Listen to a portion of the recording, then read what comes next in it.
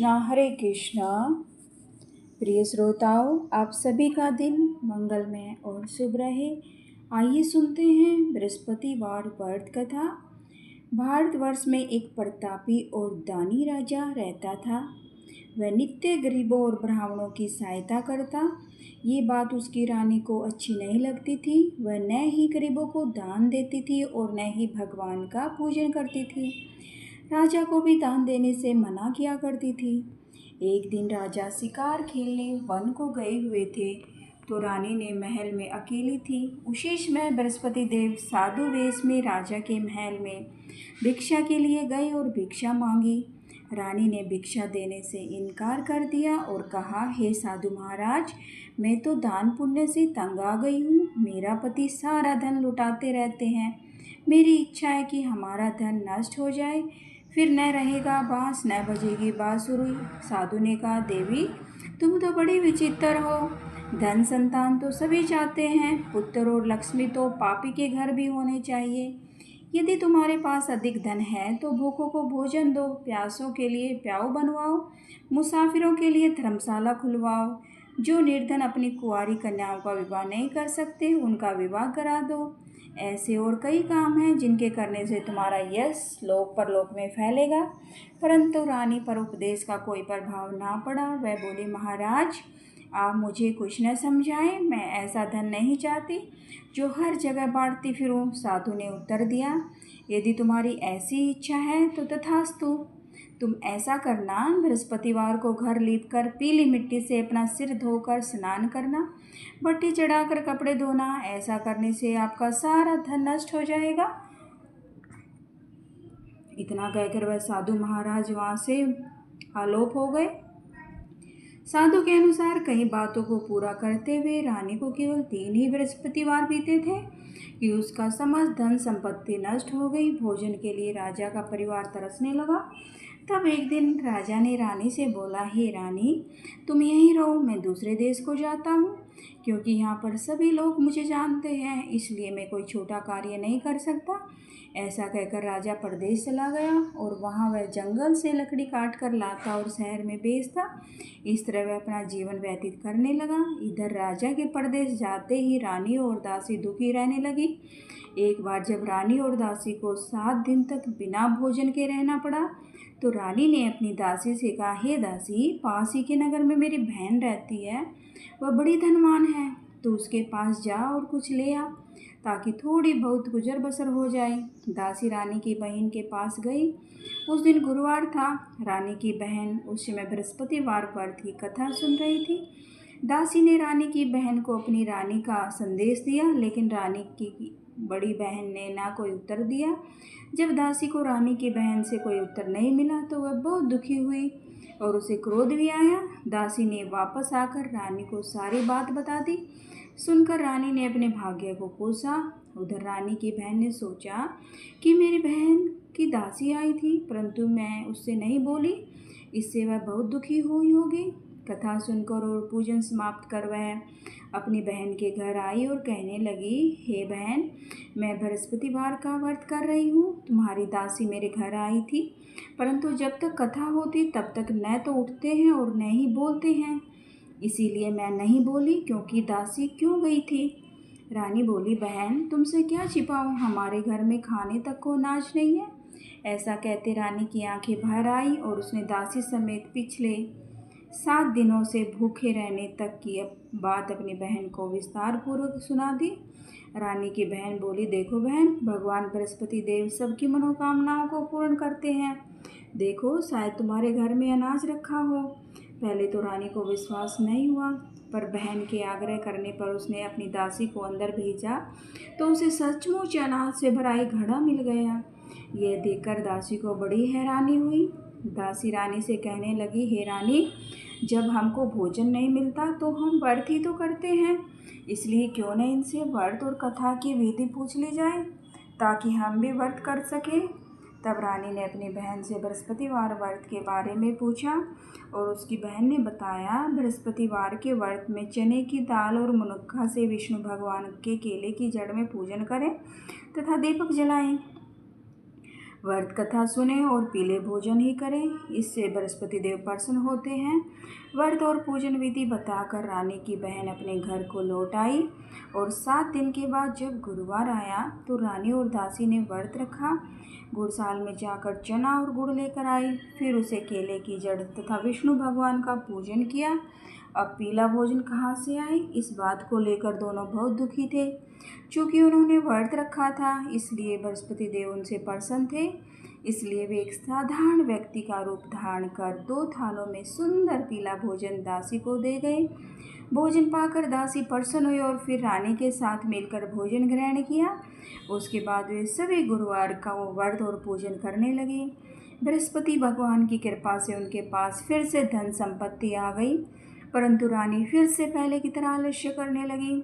तब दासी बोली, देखो रानी, तुम पहले भी इस प्रकार आलस्य करती थी, तुम्हें धन रखने में कष्ट होता था, इसके कारण सभी धन नष्ट हो गया।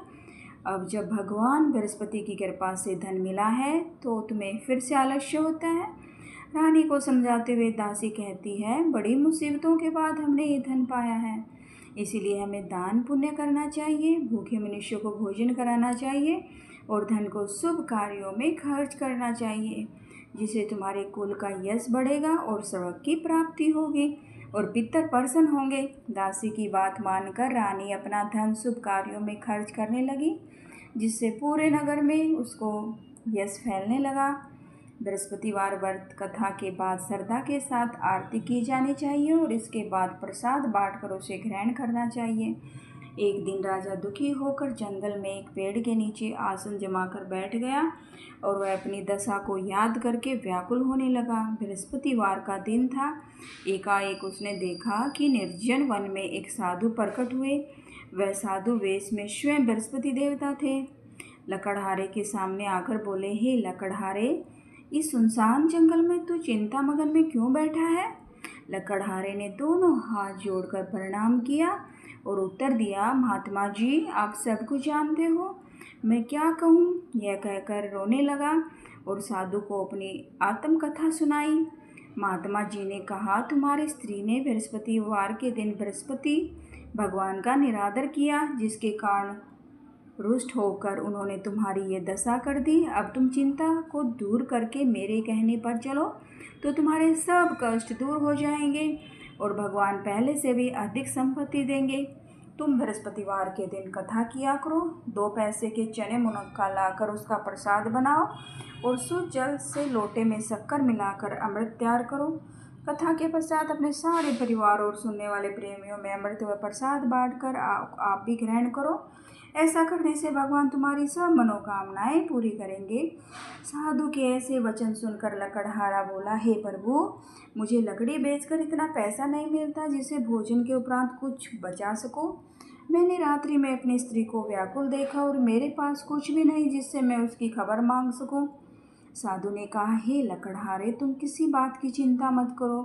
बृहस्पति के दिन तुम रोजाना की तरह लकड़ियों को लेकर शहर जाओ, तुमको रोज से दुगना धन प्राप्त होगा, जिससे तुम भली भांति भोजन कर लोगे तथा बृहस्पति देव की पूजा का सामान भी आ जाएगा।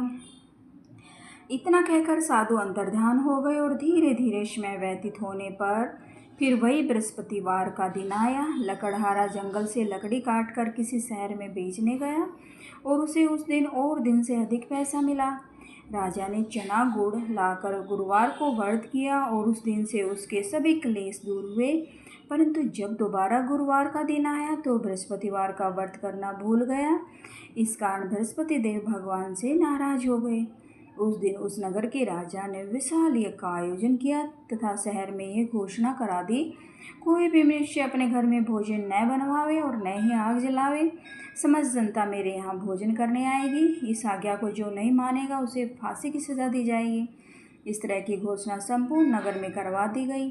राजा की आज्ञा अनुसार शहर के सभी लोग भोजन करने गए, लेकिन लकड़हारा कुछ देर से पहुंचा, इसलिए राजा उसको अपने साथ घर लिवा लाया और जाकर भोजन करा रहे थे तो रानी की दृष्टि उस खूंटी पर पड़ी जिस पर उसका हार लटका हुआ था।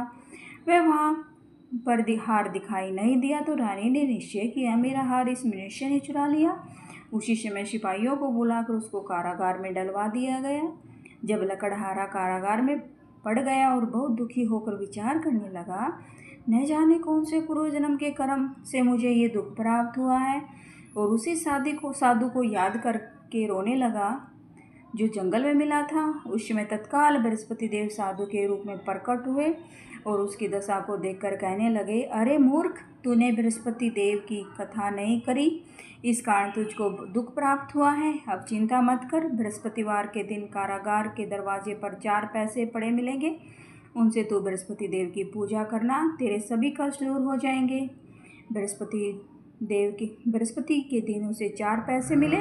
लकड़हारे ने कथा कही। उसी रात्रि को बृहस्पति देव ने उस नगर के राजा को सौपन में कहा, राजा, तुमने जिस आदमी को कारागार में बंद कर दिया वह निर्दोष है, वह राजा, उसे छोड़ दे। रानी का हार उसी खूंटी पर लटका है, अगर तू ऐसा नहीं करेगा तो मैं तेरे राज्य को नष्ट कर दूंगा। इसी तरह रात्रि के सौपन को देखकर राजा प्रातःकाल उठा, खूंटी पर हार देखकर लकड़हारे को बुलाकर क्षमा मांगी तथा लकड़हारे को योग्य सुंदर वस्त्र आभूषण देकर विदा किया। बृहस्पति देव की आज्ञा अनुसार लकड़हारा अपने नगर को चला। राजा जब अपने नगर के निकट पहुंचा तो उसे बड़ा आश्चर्य हुआ। नगर में पहले से अधिक बाग, तालाब, कुएं तथा बहुत सी धर्मशालाएं बनी। राजा ने पूछा, ये किसका बाग है और धर्मशाला है? तब नगर के सब लोग कहने लगे, ये सब रानी और दासी ने बनवाई हैं। तो राजा को आश्चर्य और गुस्सा भी आया। जब रानी ने ये खबर सुनी कि राजा आ रहे हैं तो उन्होंने दासी से कहा, हे दासी, देख, राजा हमको कितनी बुरी हालत में छोड़ के गए थे, हमारी ऐसी हालत देखकर वह लौट ना जाए, इसलिए तू दरवाजे पर खड़ी हो जा। आज्ञा अनुसार दासी दरवाजे पर खड़ी हो गई और राजा आए तो उन्हें अपने साथ ले आई। तब राजा ने क्रोध करके अपनी रानी से पूछा, ये धन तुमने कहाँ से प्राप्त हुआ? तब उन्होंने कहा, हमें ये सब धन बृहस्पति देव के इस व्रत के प्रभाव से प्राप्त हुआ। राजा ने निश्चय किया, 7 रोज बाद तो सभी बृहस्पति देव का पूजन करते हैं, परंतु मैं प्रतिदिन दिन में 3 बार कहानी तथा रोज व्रत किया करूँगा। जब हर्ष में राजा के दुपट्टे में चने की दाल बंधी रहती तथा दिन में 3 बार कहानी कहता। एक रोज राजा ने विचार किया, चलो अपनी बहन के यहाँ हो आऊँ। इस तरह निश्चय कर राजा घोड़े पर सवार हो अपनी बहन के यहाँ चला गया। मार्ग में उसने देखा कि कुछ आदमी एक मुर्दे को लिए जा रहे हैं। उन्हें रोककर राजा कहने लगा, अरे भाइयों, सुनो, मेरी बृहस्पति देव की कथा सुन लो। वे बोले, लो भाई, हमारा तो आदमी मर गया और इसको अपनी कथा की पड़ी है। परंतु कुछ आदमी बोले, अच्छा, कहो, हम तुम्हारी कथा भी सुनेंगे। राजा ने दाल निकाली और जब कथा आधी हुई तो मुर्दा हिलने लगा। जब कथा समाप्त हुई तो राम राम करके मनुष्य उठकर खड़ा हो गया। आगे मार्ग में उसे एक किसान में खेत में हल चलाता हुआ मिला। राजा ने उसे और उससे बोले, अरे भाइयों, तुम मेरी बृहस्पतिवार की कथा सुन लो। किसान बोला, जब तक मैं तेरी कथा सुनूंगा तब तक 4 हैया जोत लूँगा, जहाँ अपनी कथा किसी और को सुनाना। इस तरह राजा आगे चलने लगा। राजा के हटते ही बैल पछाड़ खाकर गिर पड़े। किसान के पेट में बड़ी जोर से दर्द होने लगा। उस समय उसकी माँ रोटी लेकर आई और उसने जब ये देखा तो अपने पुत्र से सब हाल पूछा। बेटे ने सभी हाल कह दिया तो बुढ़िया दौड़ी दौड़ी उस घुड़सवार के पास गई और उससे बोली, मैं तेरी कथा सुनूंगी, तू अपनी कथा मेरे खेत पर चलकर ही कहना। राजा ने बुढ़िया के खेत पर जाकर कथा कही, जिसके सुनते ही वह बैल उठ खड़ा हुआ तथा किसान के पेट का दर्द भी बंद हो गया। राजा अपनी बहन के घर पहुंचा।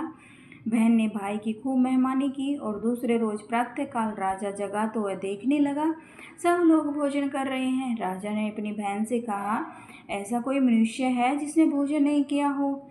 मेरे बृहस्पतिवार की कथा सुन ले। बहन बोली, है भैया, यह देश ऐसा ही है, यहाँ लोग पहले भोजन करते हैं, बाद में अन्य काम। अगर कोई पड़ोस में हो तो देख लो। वह ऐसा कहकर देखने चली गई, परंतु उसे कोई ऐसा व्यक्ति नहीं मिला जिसे ने भोजन ना किया हो। वह एक कुम्हार के घर गई जिसका लड़का बीमार था। उसे मालूम हुआ कि उनके यहाँ 3 रोज से किसी ने भोजन नहीं किया। रानी ने अपने भाई की कथा सुनने के लिए कुम्हार से कहा। वह तैयार हो गया। राजा ने जाकर बृहस्पतिवार की कथा कही, जिसको सुनकर उसका लड़का ठीक हो गया। तब तो राजा की प्रशंसा होने लगी। एक रोज राजा ने अपनी बहन से कहा, हे बहन, हम अपने घर को जाएंगे, तुम भी तैयार हो जाओ। राजा की बहन ने अपनी सास से कहा। सास ने कहा, हाँ चली जा, परंतु अपने लड़कों को मत लेके जाना, क्योंकि तेरे भाई के कोई औलाद नहीं है।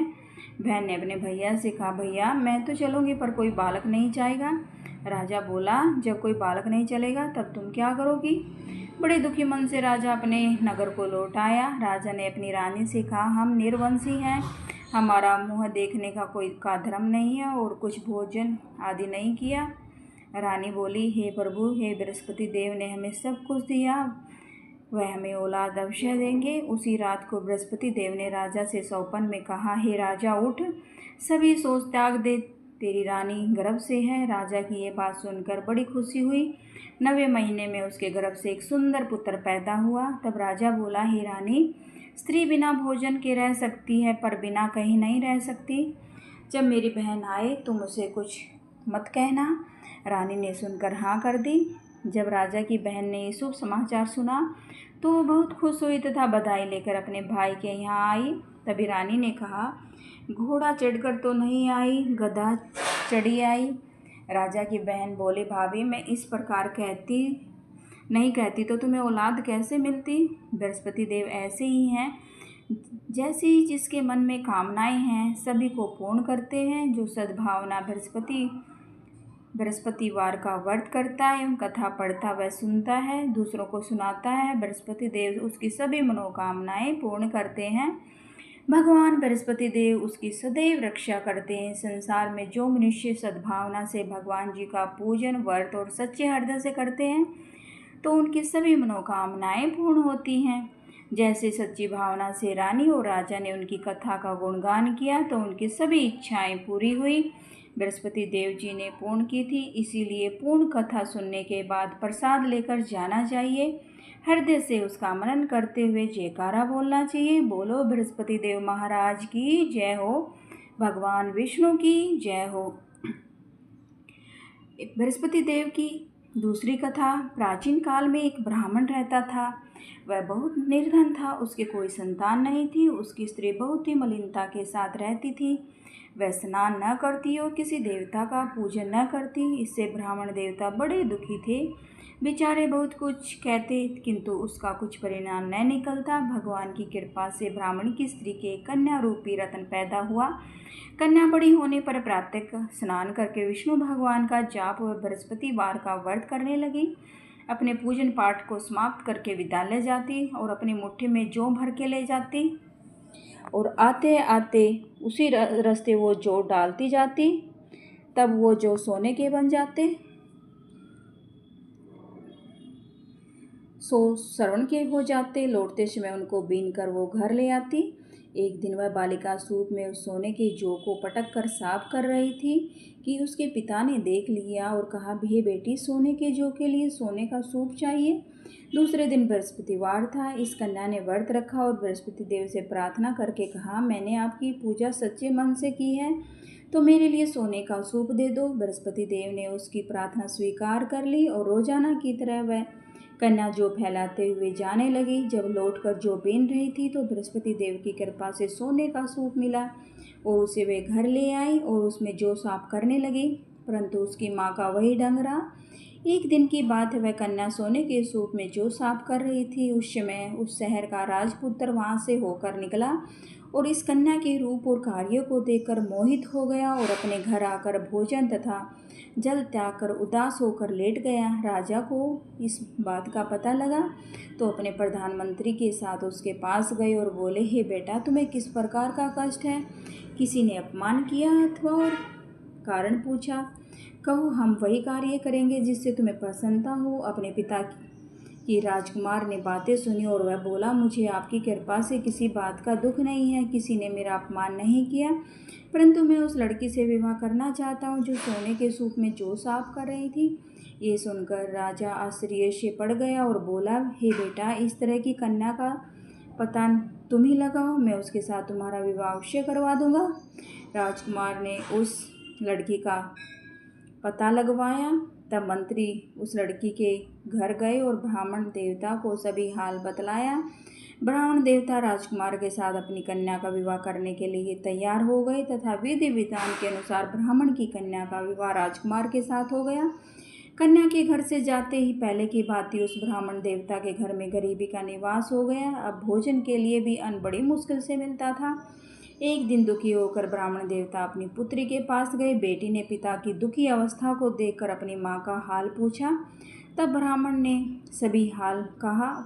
कन्या ने बहुत सा धन देकर अपने पिता को विदा किया। इसी तरह ब्राह्मण को कुछ समय सुखपूर्वक व्यतीत हुआ और कुछ दिन के बाद फिर वही हाल हो गया। ब्राह्मण फिर अपनी कन्या के यहाँ गया और सारा हाल कहा तो लड़की बोली, हे पिताजी, आप माताजी को यहाँ ले आए, मैं उसे विधि बता दूंगी जिससे आपकी गरीबी दूर हो जाएगी। ब्राह्मण देवता अपनी स्त्री को साथ लेकर घर पहुँचे और अपनी माँ को समझाने लगी, हे माँ, तुम प्रातःकाल प्रथम स्नान आदि करके विष्णु भगवान का पूजन करो तो तुम्हारी सब गरीबी दूर हो जाएगी।